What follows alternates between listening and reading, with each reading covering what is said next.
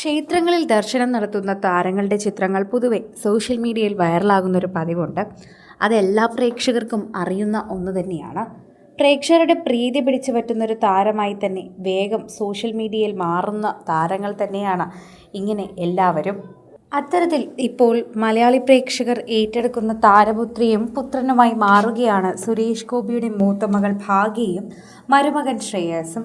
കണ്ണിയൂർ മഹാദേവ ക്ഷേത്രത്തിലെത്തി അവിടുത്തെ ചുറ്റുവിളക്കും മുന്നിലത്തെ വിളക്കുമൊക്കെ കത്തിക്കുന്ന ഭാഗ്യയുടെയും ശ്രേയസിൻ്റെയും ചിത്രങ്ങളാണ് പുറത്തു വന്നിരിക്കുന്നത്.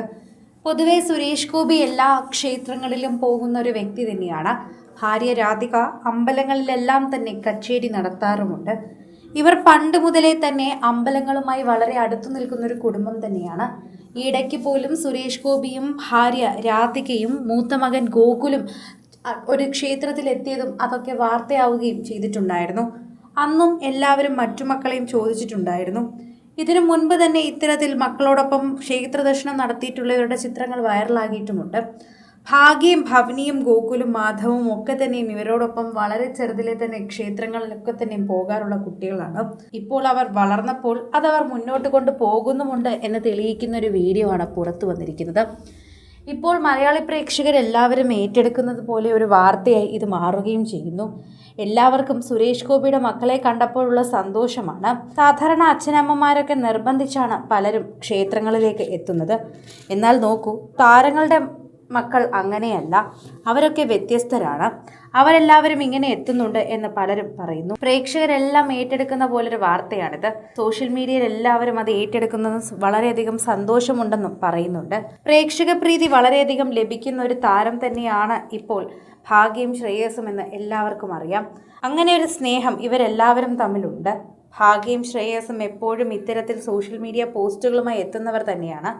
സോഷ്യൽ മീഡിയയിൽ അധികം കാര്യങ്ങളും പങ്കുവയ്ക്കാൻ വളരെയധികം താല്പര്യം കാട്ടുന്ന കുട്ടികൾ തന്നെയാണ് ഇവർ. ഡാൻസ് വീഡിയോയും അതുപോലെ പാട്ടുമൊക്കെയായി ഇടയ്ക്കിടയ്ക്ക് സോഷ്യൽ മീഡിയയിൽ എത്താറുമുണ്ട്.